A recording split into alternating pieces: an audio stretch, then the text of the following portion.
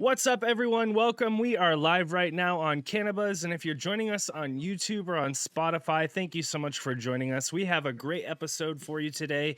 We have Seed is Art Genetics. We've got Chaz and Joe. We're going to be talking all about landrace strains, genetics. So if you're a grower and you're fascinated by like the lineage of strains and all sorts of interesting stories, strap in. We've got a great episode for you today.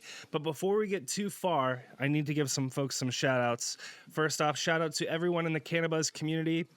If you enjoy the CannaBuzz channel, if you enjoy our uploads, please support us by joining the CannaBuzz community. You can search CannaBuzz in the App Store. We actually just updated the app, so if you are having problems with the iOS app, download it again, give it a try, and use the code BUZZ for your first month free. We'd love to see you in there, and we do giveaways and all sorts of things. It's just a great way to support the channel. Helps us go to festivals and things like that. So thank you for your support over there.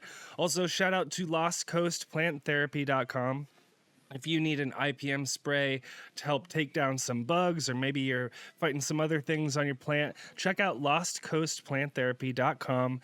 They have a really great spray that you buy. It's really concentrated. Mix it in with some water. Super effective, and it's an organic, and we love the team over there. So thank you to lostcoastplanttherapy.com.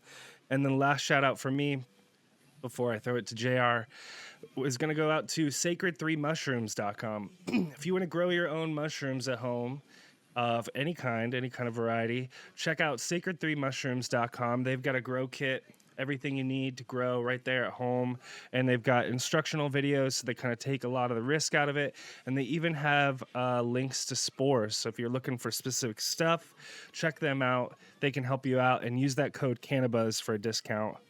And then last shout out goes to, or I'm going to throw it over to JR. He'll kick us off. Yeah, we got Tiki announcements. Tiki's still doing his Stinkies, which is a Zope by Mr. Stinky, and you get that free pack with every purchase on the site at tikiseeds.com.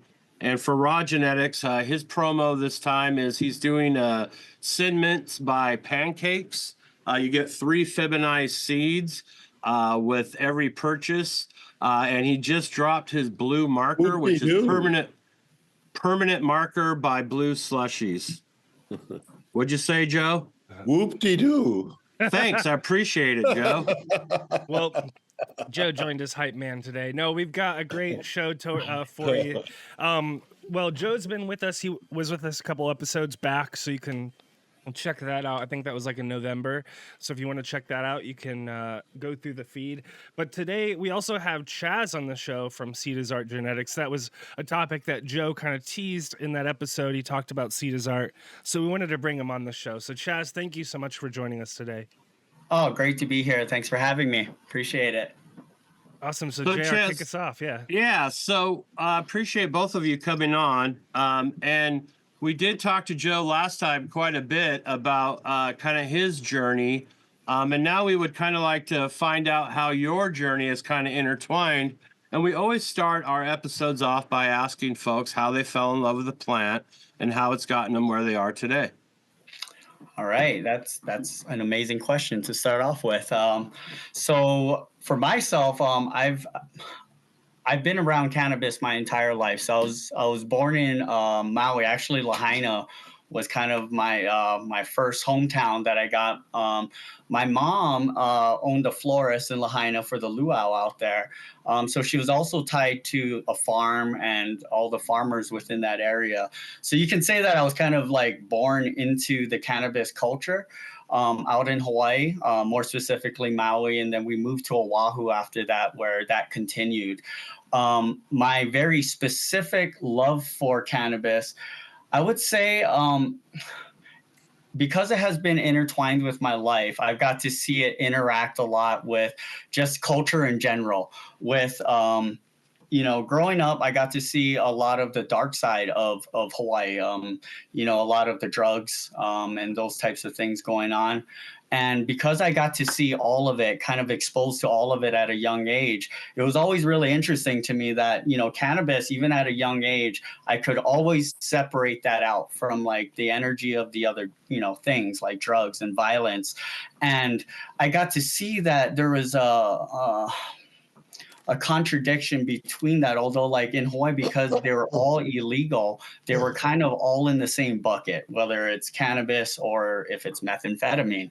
And so, even with that, at a young age, I got to see that separation that cannabis brought a light to a lot of people who were struggling with addiction and darkness in their life. And so at a really young age, I attached onto it, probably younger than I should say on this show.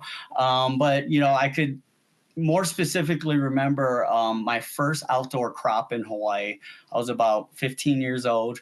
And I got, some genetics from my mom that she had saved over time.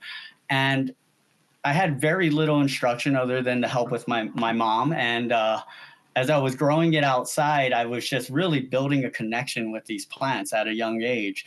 And so I would sit there with them and, per se meditate with them. And, that's kind of a big story in itself, as like I live pretty near the Marine Corps base on Oahu, and it was a restricted air zone. And my first crop actually had a helicopter fly over it. And, I ran out there, and just chopped everything down. That was my first experience with it, but I really connected with that crop. And it's almost cliche to say, but at that point, I remember a specific time where I really knew that I wanted to work with cannabis for the rest of my life. So that's kind of my backstory of like where I connected with cannabis. And since then, it's taken me out here to Colorado when medical was here about 15 years ago now, and I wanted to get into the industry with some of my skill set that I built out in Hawaii, working on some farms, and came out here 15 years ago and got with a company, High Level Health, and helped build this company from the beginning of medical into recreational. We're one of the grandfathered companies into Colorado. Vertically integrated, and operate in Michigan as well. So I had a huge blessing and opportunity to take my passion and incorporate it into the legal market as it started to unfold within the U.S. I'm still with High Level Health today as COO of the company, and I help to operate the vertical integration in Colorado and Michigan. So I'm blessed with working with some of the best growers with accolades behind it. I think it's over 160 awards over the last 15 years, including, High Times Cannabis Cups and things like that. So I've been blessed to work with a great team, which also intensifies my love for cannabis, the people and the culture around it. Now Joe is like family and such an interesting dude, as you guys know. And so cannabis has blessed me and my family so much in my entire life that, this is why I'm a student of the game. I feel like, I owe it to cannabis to progress it and push it forward. And with that, we started Seed is Art about 3 years ago. As my operations day to day has been 15 years of operating in the legal market. It is a very intense gig. And so with it, we wanted to make sure that we're still in touch with the creative side of cannabis, as that's been my passion. So that's where the name Seed is Art came from, is we wanted to really circle around cannabis as an art, as something from the inside of people in creation. And so with that, it made so much sense to connect with Joe and his vault from his travels and the Landrace. And again, as a student of the game, it's really, I wanted Seed is Art to be a tool for Joe to be able to help bring his vault to the surface in the best way possible, and to be taken the best way possible by the community, as there's a lot of knowledge locked up there that I'm just discovering as I got to know Joe and really had the opportunity to work with him. So I owe so much to cannabis. Sorry that was so long-winded, but No, that's really good. Deep, and I No, love it's it. really good because it kind of leads us into the topic at hand, and that is these land races. And so Well, this is a subject that we really haven't had a chance to kind of talk about much. So can you kind of tell us by scientific definition what a land race is? It's a race that a landrace is a strain that is indigenous from a certain area, like Durban poison is from Durban poison. It's from Johannesburg. Acapulco gold started from Acapulco gold. Afghani Kush, that's where the Kush came from. The sativas came from India, but originally they were known from the area that they were grown in. Whether if they were grown in a tropical area or whether they were grown in a colder climate area. And now, what about like the ditchweed down in Kansas that's been there for 50 to 100 years? Is that now landrace varieties of Kansas? Those are hemp. But are they landrace hemps? Yes. How many years basically does it take before those successions of breeding in a zone within a climate? 8 replications. 8 within 8. That's interesting. That's how they killed the drug crops in Afghanistan and Pakistan and Nepal. They introduced hemp. When they introduced hemp and they taught the hens they started to weave it into cloth and make shoulder bags and make all these tourist products. They've been doing that for the last 20 years or so. And after that, you can't find any drug plants in Nepal anymore. They're all hemp. Right. I have a question about land races in perspective of regional zones, because the equatorial strains are very different than the high mountain strains of, like, say, Afghanistan. Is there any kind of like tracing of genealogy to kind of try to understand how these all became dispersed amongst such a wide, varied area of the world, and then became so different? Are completely different, but they produce more. So I guess somewhere in history, someone introduced a real sativa to a real indica in Afghanistan, Pakistan, and that parts of Southwest Asia, and came out with this real hash-producing, resonance-producing plants. The sativas were different. In those days, it was like a religious thing. When Hinduism and Buddhism traveled to Southwest Asia, like Thailand and Laos and Vietnam and Cambodia and all those countries, the religion, with the religion came the medicine, the Ayurvedic doctors. So that not only was Hinduism passed and Buddhism was passed, Ayurvedic medicines were passed, and the weed was brought. Actually, Thai weed came from India. It's not indigenous to Thailand. You can trace it back to when Hinduism came to Thailand, because ganja is real important to Shiva. They have to have, the Hindus. They have to have ganja at least once a year. So wherever they went, their ganja went, but their ganja was such a big, important part of the Ayurvedic medicine that that was the one way where ganja was spread, like to Africa. The same thing in Africa. They had the Ayurvedic doctors, because there's a lot of Indians that were trading in Africa, and they brought their own medicines, their own religions with them. And that's how that passed. People think that the American pharmaceutical industry is so important, or the German pharmaceutical. All of that is based on Ayurvedic recipes from 6,000 years ago, and 6,000 years ago recipes from China.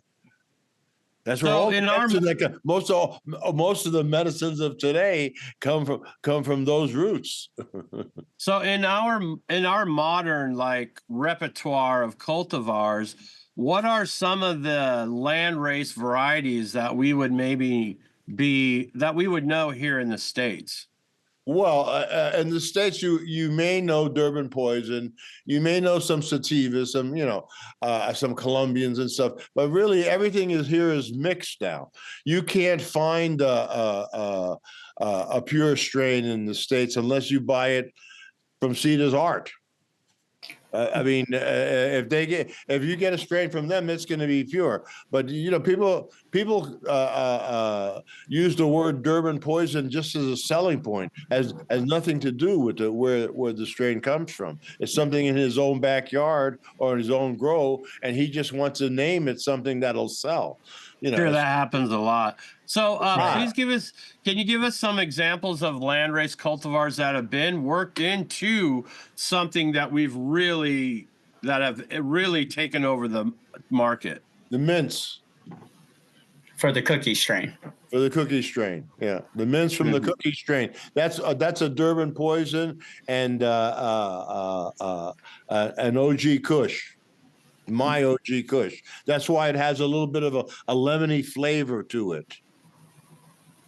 Right. Because what I did, because see, people don't realize, but back in the day when all you guys started growing in the 80s and all, and when Ronald Reagan let the cops get high as a means to infiltrate the marijuana groups, and the marijuana business got shut down in America, all you got were pure strains here. Right now, it's totally mixed. You can't go to Angola and get it pure Angola. Well, I had my best friend's dad was a grower in the late 70s and early 80s, and he brought back something from when he was in Vietnam called the Delta. Okay. And it was different than anything I'd ever smoked, because at that time we had a lot of the skunks and the stuff like that. But this Delta that he brought over, it was very small buds, but they were silver and would literally be almost dripping with resin. And each plant, I think, would maybe not yield a whole lot, but it was, like I said, it was a high that you don't get in most of the varieties. It was nearly hallucinogenic as an edible. Like I took a half a gram flour and soaked it in whiskey for about 20 minutes. I ate the flour and drank the shot, and within an hour, I swear to God, I was almost tripping balls. Yeah. Well, there's that Vietnamese high energy weed, So those cultivars that again, when you say Vietnamese, again, I'm going to tell you, the only reason they even had that weed there is because they had it was Hindu and Buddhist. The Hindu and Buddhist influences in those countries brought the Ayurvedic medicine. In the 19th century, like say 1850 or 1875, if you got sick, you wish you had an Ayurvedic doctor there. Yeah, I've been experimenting a little bit with Chinese medicine here in Portland, Oregon area, and we have some Chinese herbal shops that they have offerings that you're not going to get at Walgreens. I'll just say that. Yeah, I'm taking some of that reishi mushrooms now. Well, and Joe, to kind of roll back into that first question that rolled into this of what makes a landrace a landrace. It kind of ties into kind of what I'm going to get into is working with Joe. One of the things that I feel like I discovered, because getting into these projects with Joe, honestly, I didn't know very much. I haven't seen very much of these types of land races. Coming from Hawaii, I've never seen the Kona Gold. That was in my mother's generation and older. As I started to work with Joe, what I feel like is a separation, because we're all trying to find where this line of separation between land races are, IBLs are, and what these real separations are. Going back to how many times it would take to breed something to be a land race, I think that's where it starts to separate what a IBL is, right? Because if we look online of what people might say, how many generations might it be until it becomes an inbred line or a stable line? 6 to 8 is what I heard from that. But when we're talking land races, I think that we're also really looking at geography for one. as Joe was stating, but two is also the cultures that were behind these genetics, kind of all in one. To me, as I started to work with Joe, I started to see and feel that what makes a landrace has a lot to do with those three elements. So what's really important about, Joe's history in all of this is that, for instance, the Acapulco was very specific to the region of Acapulco in Mexico. The same as like Kona has a Kona belt of geography that the coffee has to be grown within that region to be considered Kona coffee. So, I think that if we're looking at what the landrace is, it would be that within, let's say, the Acapulco area, it's how many generations were bred to stabilize a genetic within that region. But simultaneously, while it was being bred in that region, there was specific cultures that were around it, and that they had everything to do with the selection of what was going on. And it could even get headier, right? You can talk about like the human consciousness and how that's involved with really dictating cannabis and what it is, the domestication of cannabis. I think the thing, sorry to interrupt you. I think the thing that's kind of interesting, though, is that the morphology and the resin and the high of these cultivars from one region to the next can be so dramatically different. And how long of time does it take to have something come out of Nepal, get down to Africa, and then become an Africanized strain, It wouldn't come from Africa. It wouldn't come from Nepal. It would come from India. And if it came from India, how long would it take? But in Nigeria, they grow indica. In Nigeria, because it was a Muslim country, they made hash in Nigeria back in the day. And so they had the same kind of hash making technique in Nigeria that I saw in Pakistan. So, different parts of areas like got influence in different ways through religion. Because in a Muslim religion, they don't drink alcohol, but smoking hashish was okay, and so that got introduced from Pakistan, from the Muslim, that indica. That's how that came to Nigeria, which had a different total flower and leaf pattern than stuff that you would see from South Africa, where there was a sea route and they were doing sativas. Most of the sativas in India and Africa came from India. Most of the drug scene, everything came from India. Well, people don't know how big a civilization the Indian and the Chinese were. 6,000 years ago, they were bigger than they are today. They were like today. You know what I mean? So you forget all the technology. When the English, they say the English came to China, they took everything and they left us opium, which when Mao came in, as 50%, 25% of the opium population was addicted. They took the medicine, they took the recipes. Just like they took the owner's rights to a lot of the companies that they sold in China.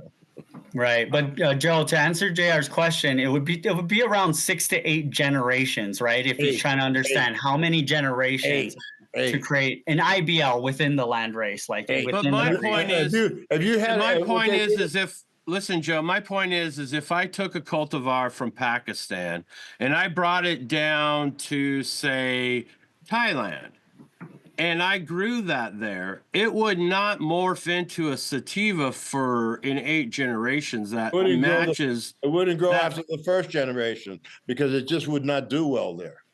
Well, my point is the morphology and the structure and what the plant genetically expresses in these regions, it has to take a tremendous amount of time.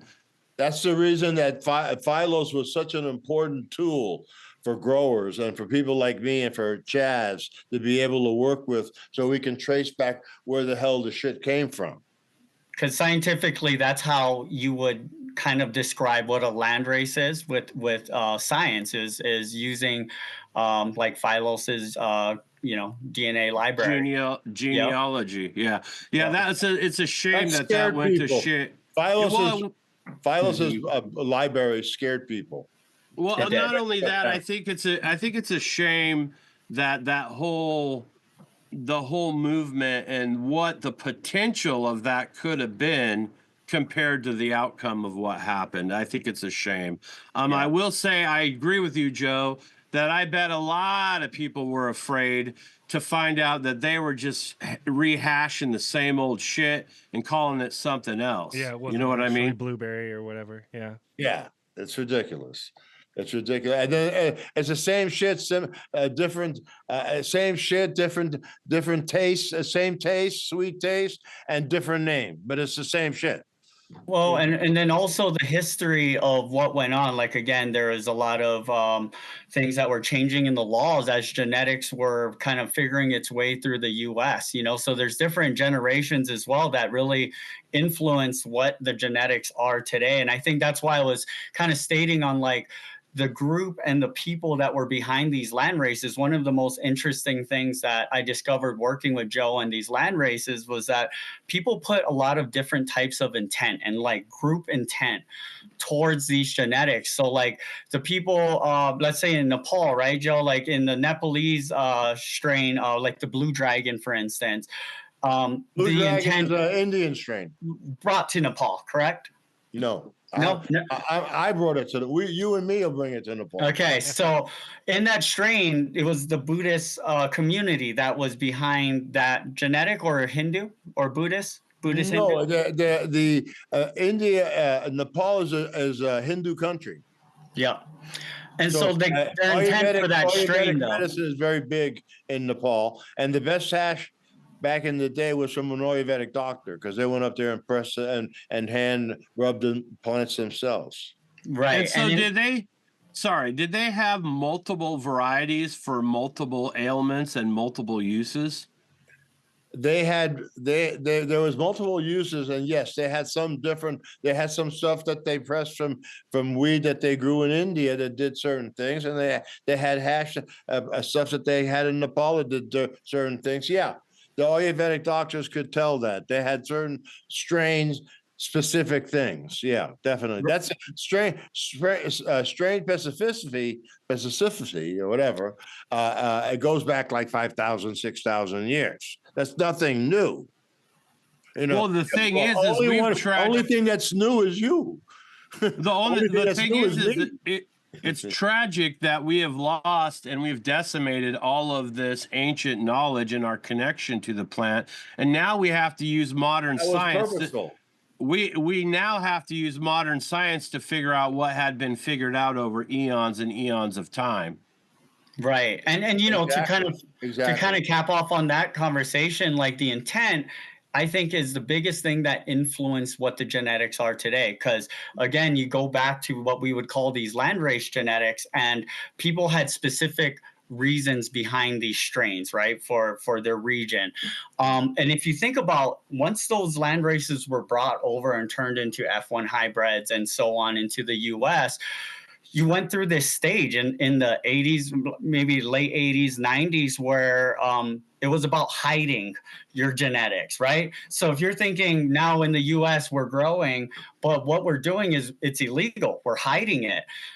Naturally, the genetic path that would take through that time would be the smell. Those things kind of depleted. I think if we look back, that's kind of when that dead skunk terpene kind of disappeared. And it would make sense that culturally, because everybody had to hide it, that would naturally determine that genetic kind of its pathway of losing maybe that skunk smell, and so on. And I think then it really brought us into this thought of like, what is the intent, right? Like when we're breeding I think today. you're totally right, because that's the first thing I'll complain about is the taste. It does. It has like back in the day, marijuana had a bite. It bit you at the end.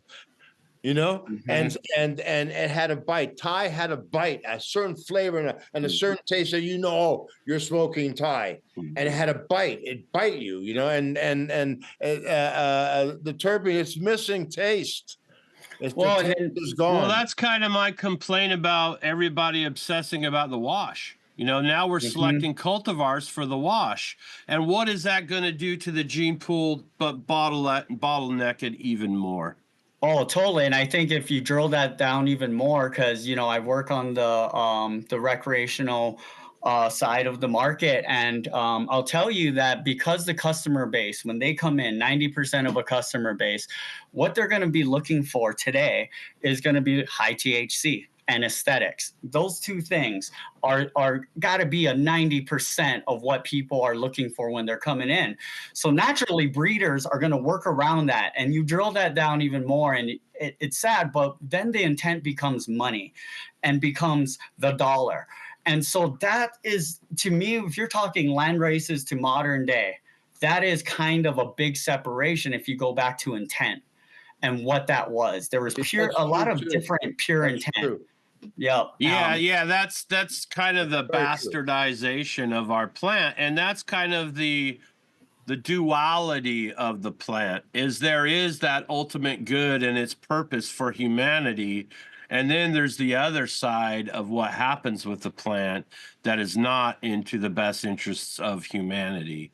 And so I think we as a culture and we as a community are always going to be at war with that, because that onslaught from the corporate America hasn't even happened yet, right? Oh yeah, he's right. That's why we got. You gave me a couple of ideas thinking about what you're saying. I thank you for letting me be in this show. And I want to tell you one thing: how they bred for seed in Afghanistan.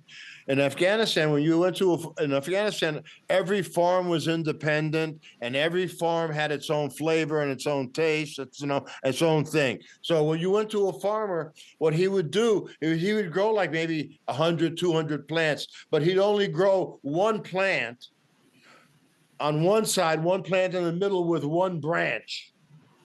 And the pollen from that one branch was enough to pollinate his crop so he could replace his seed. They were really careful about seed. In India, they had a ganja doctor who went by, and he was like, you had a visit. He had a house. The ganja doctor made a house call. That was a profession in India for like thousands of years. I'm starting that profession next year, Joe. Actually, I've been working on it for the last year. There's some growing techniques from India that came that you have to have the space to do it, but are quite remarkable, people don't realize that ganja and hashish, they moved because of religion, and they were used as medicine. That's why they moved. They weren't thought of as recreational. No, it was only thought of recreational when they made alcohol illegal. So these farmers throughout India and Afghanistan and elsewhere, are they growing it as like their main crop that they were growing for medicinal use, and I guess selling that medicine to other people?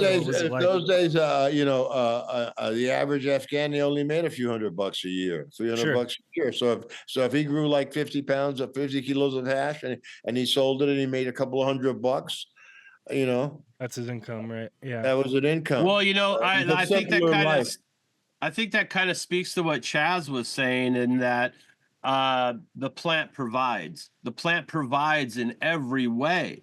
When you dedicate your life to the plant, it provides for you medicinally, physically, spiritually, dietarily, and economically. There's nothing wrong with commerce inside of the realm of the plant, because not everybody wants to grow it. But my point is that the plant provided for these people back in those times in a way that's completely disconnected from the way we are now.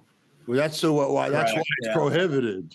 They used it as a tool, right? As different tools. Yeah, for spirituality, for health. It's never been illegal. The only time it's been illegal is when marijuana fell off a patent when it was patent medicine during the 20s and 30s, when it fell off a patent, and the pharmaceutical boys got afraid that we were going to have to get our hands back on it, So Yeah, which is happening now.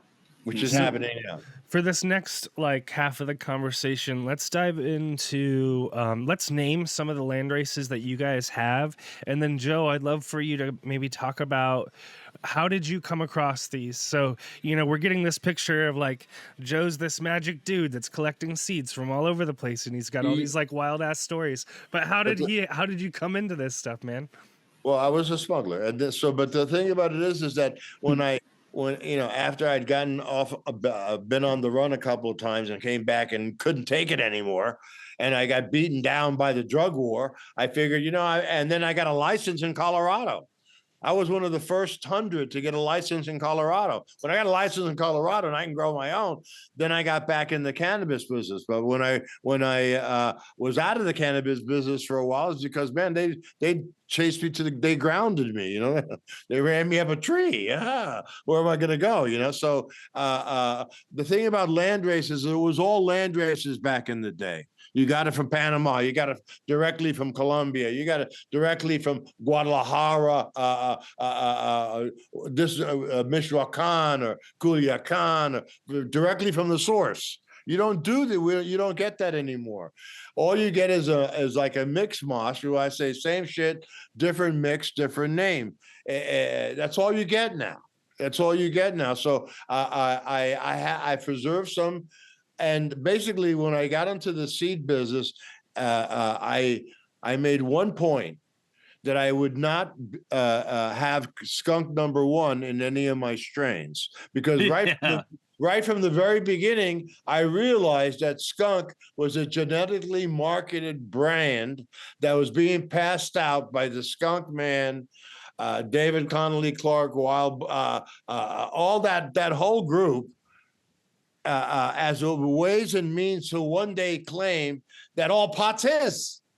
Yeah, well, all roads lead back to that, right? So I think there's a few guys in our industry who feel that way. Yeah.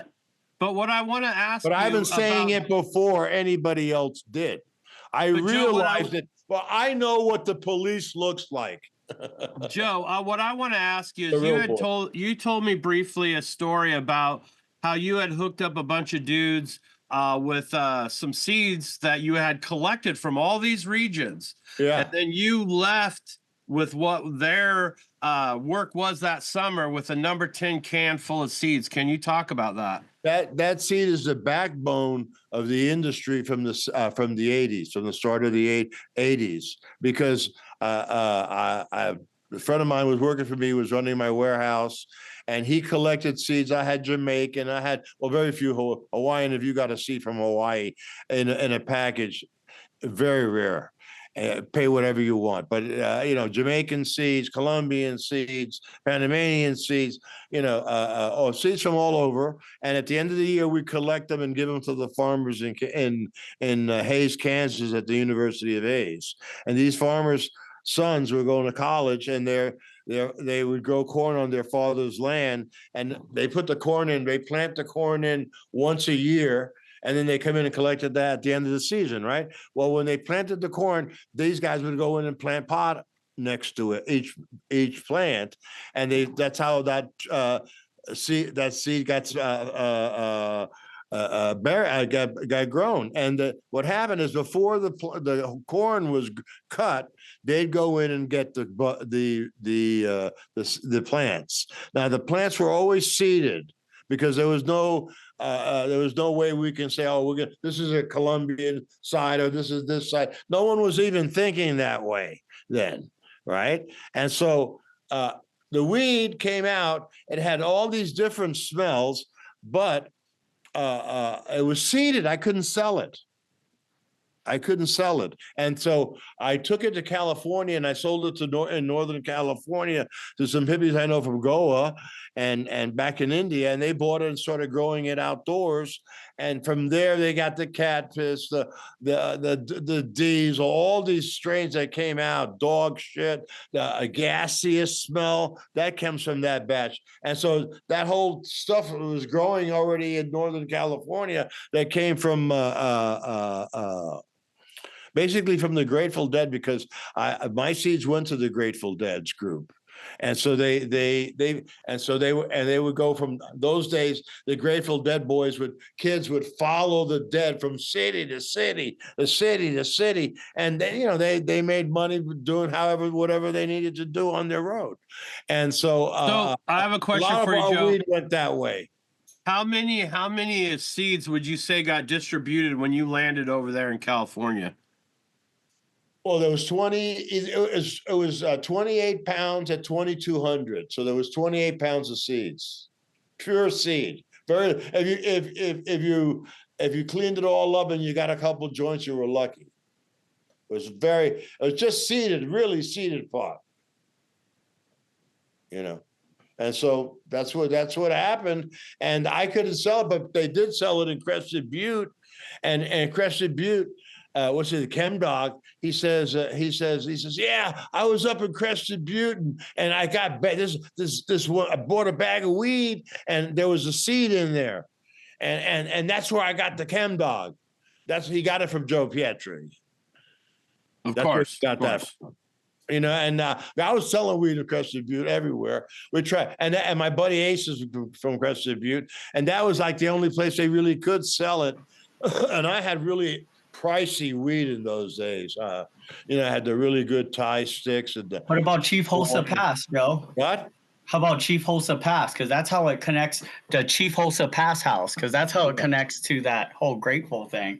Oh no, the Grateful Dead used to camp out when the Dead came out and they were playing at Red Rocks. They would camp out at Chief Hosa Campground. And that's where they would all get together, because there was like a moving town of people move with the Dead shows. You know what I mean? Move with the Dead shows. And basically our pot was cheap enough where and good enough to sell, because they got better at it. Once they started growing seedless out of it, the seedless was much better. Every time they grew with less seed. Finally they got it down. And they were selling the shit out of that. That weed from Kansas got spread all over the country with the Grateful Dead, So I have a question about, when you're breeding at scale, because you guys are now offering wholesale options on the website, and you're perhaps dealing with clientele that are looking for a lot of consistency. How are you guys kind of gearing up and preparing for seeds at scale? Yeah. Well, seeds at scale. There's different reasons why people would reach out for seeds at scale. So there's everywhere from like breeders who are looking for stock, and in that stock, like we'd be looking at things that are like non-feminized, that are like these IBL or Landrace genetics, because if you're thinking about how you breed dogs, you would want to start with purebred genetics and stable genetics. But there's also inside of the like production, there's a big need for feminized or S1 crosses, which they bring exactly for that specific need. They bring exactly the same phenotype or very close to a very small degree. It might be off in its genetics diversity. They're female. They're all female. So then you don't have to go through the sort out stage. Farms can just go in and inject either feminized or S1 seeds. And then, that's a way to go and scale multiple acres versus, like a indoor smaller facility or even 1 acre. Right. But then also there's a lot of different processes that people use on that scale of agriculture, which then gets into like the tissue culture and the triploid type genetics, which are seedless Landrace genetics. So really it starts from the need of who is going to be utilizing those genetics, and then kind of work backwards from there. So there, we do everything from our Landrace IBL genetics, S1, feminized genetics. And then, we talked a little bit before the meeting a little bit about like triploid stuff. We aren't right now offering triploid, but it's something that we're looking at offering potentially for the right reasons. It's kind of a fringe technique that's used, but pretty much a seedless variety. But I just believe, as a student of the game, I try not to judge so much on top of just the knowledge that's out there, because I feel like that is what has gotten us to a very restricted knowledge view. And so, I am under the belief that there is a specific, that everything has a specific purpose. And so like feminized seeds, although like maybe some of the stability is lost from its original genetics, which also can be worked back in, has a very needed purpose right now in the industry, which is getting feminized seeds. A lot of home growers don't want to go through selecting through males and females. And also like with S1 genetics, that's giving you almost an exact copy of what the genetic is. So a lot of people don't want to sort out through phenotypes to get something close. So yeah. Can I stop you there, Chaz? So now when you're talking about an S1 expression, you're saying the window of expression is pretty narrow. When you're dealing with these older land races that have been worked and lined, are you finding that same narrowness in window? And when you find that, are they checking all the boxes that's going to make them a marketable product in the eyes of a consumer today? Yeah, that's a really interesting question. So I can kind of start backwards by saying, like, when I first started working with Joe, I had no idea, right? I was about what these land races are. I worked in the industry for over a decade, winning cups for product quality and all these things, and so my vision has been narrowed down to what was in front of me, and so as I started to work with Joe on these genetics, I had to really prove things to myself as well as I'm going through, as you're saying, like, is there anything that matches up to what we would expect in this day and age? Yes. And to answer that question, I would say yes, there is. And so like part of the things that I discovered, like the first genetic that actually blew my mind was when we separated out the Kona Gold genetic out of the Blue Burmese Maui Kona cross that Joe did. It's a 4-way kind of IBL cross. And, out of there, when I got to see this Kona, it was the first time. I'm just used to modern weed. I'll tell you, like the first thing that I noticed was that aesthetically, it didn't have like that, what you would call like very like loose bud structure that a lot of land races have. This thing was solid, almost looked like solid styrofoam. It had a weird look to it and almost in spear shapes. And I got to say, it was one of the frostiest plants that I've seen. So when I smelled it, it was very exciting the first time I got smell from it, because it was a citrus type of terpene inside of there. And citrus has never been my favorite terpene. It's a very loud, very upfront terpene that I feel like is great the first time you smoke it, but maybe after a while it loses its novelty. Not like, certain strains that are more subtle and complex, like the Gorilla Glue. Smoke that shit forever, So this Kona Gold had this orange terpene that if I could try to explain it, it almost has like a sharp orange rind gas at a certain point. And the high that associated with it was very potent. Like you could feel it right in your eyes, kind of like what you would expect out of a sativa. But where I got blown away is really where the high came in. The first thing was it's super strong, which I didn't expect, right? I just didn't expect it versus what I'm used to in, 25, 30% THC. But then the second thing was that everything that I've heard about what a sativa high should feel like, it should be uplifting and creative and these things. I realized that I knew what it was, but I haven't fully experienced it before. until I got to smoke that strain, because it was a strain that was so uplifting that it's hard to compare to like what I would say the sativas that I know. I call every sativa now that I own, other than the Landrace, a hybrid because of it. And it's this very uplifting, creative high that was so different and so special that it became my top 3 favorite weed right there on the spot.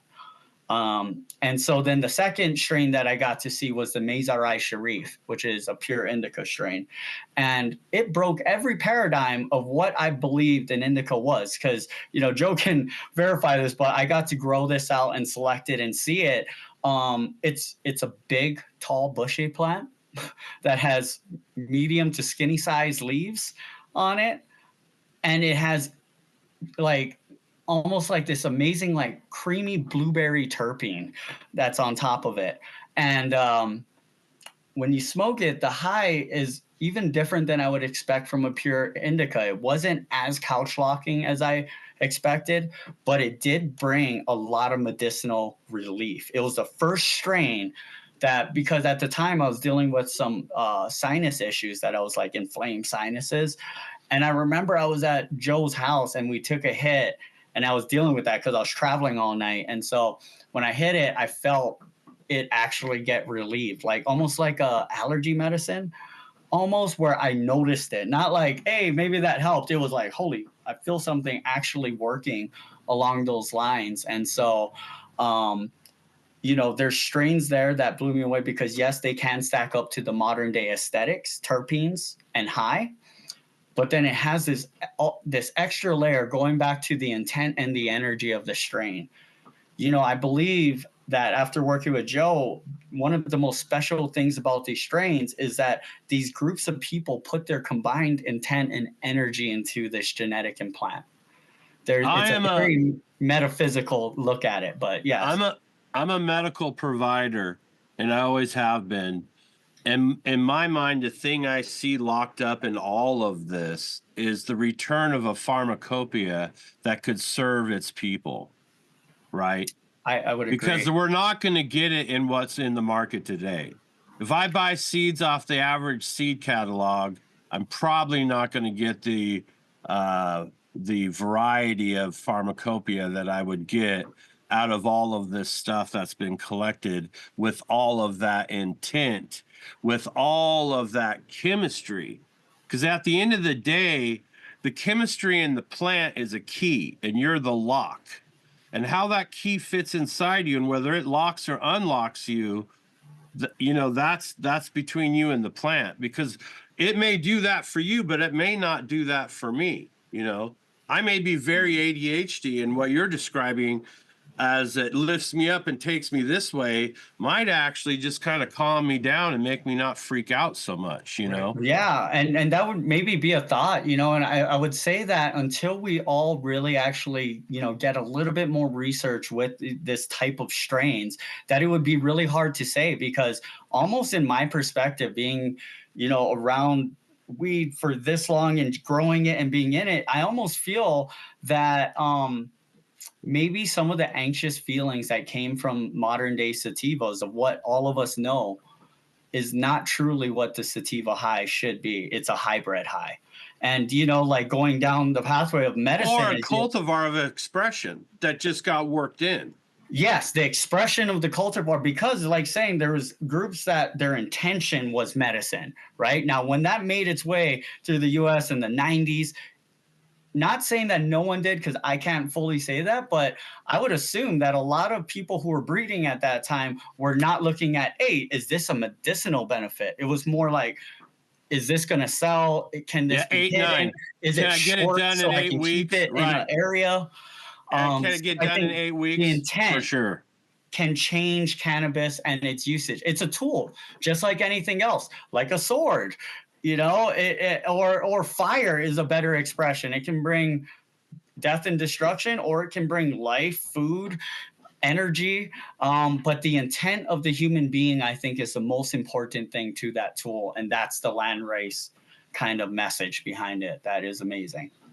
Well, before we run out of time, because we're at the bottom of the hour, I did want to ask you to just walk through some other strains that folks should check out. Because I was looking up while you were mentioning a couple of those, I was looking them up on your website. So at this point, if people are listening or watching the show, you can go to seedisart.com, right? Is that your site? Yes, Yeah. correct. Yeah, and you guys have really cool like little illustrations for all the there's like little characters. It reminds me of like Final Fantasy or something. It's cool. Yeah, we at Seed Art, we try to create art Yeah. projects within it. Yeah. Yeah, it's cool. So anyways, you guys have like pre-1970 Durban Poison on there, right on your front page. The Blue Burmese Kona Maui. There's all sorts, but yeah, shout out some others that people that you think would really stand out, especially for what we've just been talking about, things that can really be helpful to people. Because that's what we find when we look through our comments, and especially on the CannaBuzz community, we have a lot of people that are growing for their own medicine. So I'd love for you to just shout out some others that you think We're people should coming check out. We're out. coming out more with more all the time. I mean, it takes at least 90, 120 days to do a run for seeds. 6 months maybe. You can only do a couple of runs a year. It'll take us a few years to replicate everything. Right. What he's doing is separating the top. What he feels is the top representative of each strain. So it's more hand selective, more care has gone into it. The work that this guy does is amazing. We're tissue culturing stuff from the 1970s. I've got Thai weed that I collected at the Gold Buddha weed back in the day. I've got a bunch of stuff coming on board. I've got a Colombian gold that's incredible that's coming out. I've just got so much. I'll tell you the truth. Since I've given my seeds to Chaz, I forget what I had. I have a lot. And I have some stuff from. I had a friend of mine who he got some kind of fever in Australia and died within a day. And he gave me he sent me some Australian seeds that are in there somewhere. They're really, from outer space. right. And we just released our Durban poison replication. So that's our newest replication that we did. Yeah.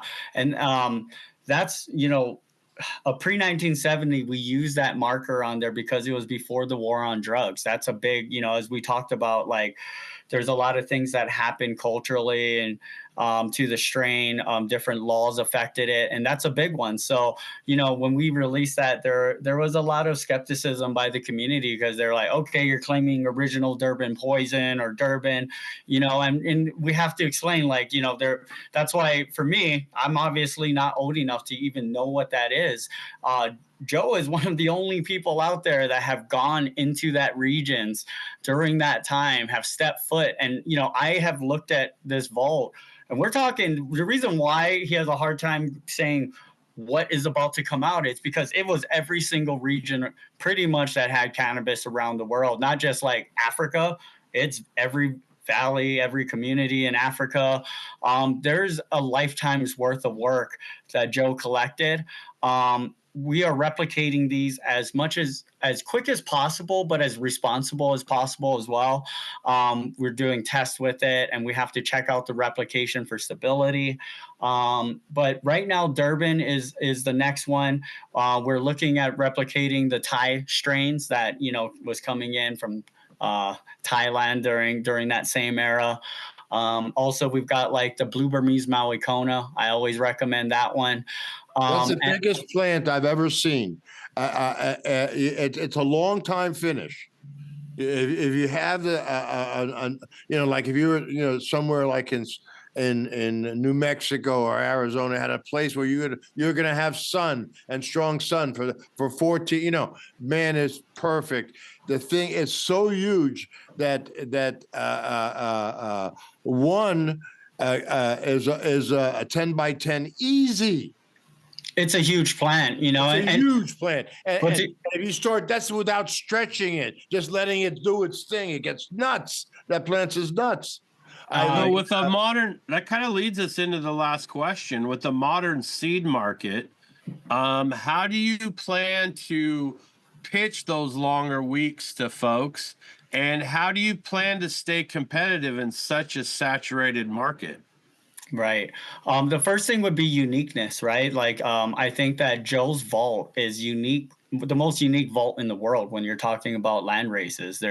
I mean, I don't know if he's ever showed you guys his picture wall, but he should at some time. I mean, his young days of going through, working with the tribes and going through Afghanistan, camelbacking. I mean, it is an amazing story. I'm just blessed to be a part of his journey and to be able to help, along this journey. It's amazing when I look at his genetics, through his history, it's like, that's what's, to me, is our biggest job, is to really bring it to the community and to really let people know what it is, and not so much force it on top of the community and change it so much, but just like myself, a place where we can discover it. Because once I discovered it, I got to see and feel and just know a lot more because of experiencing it.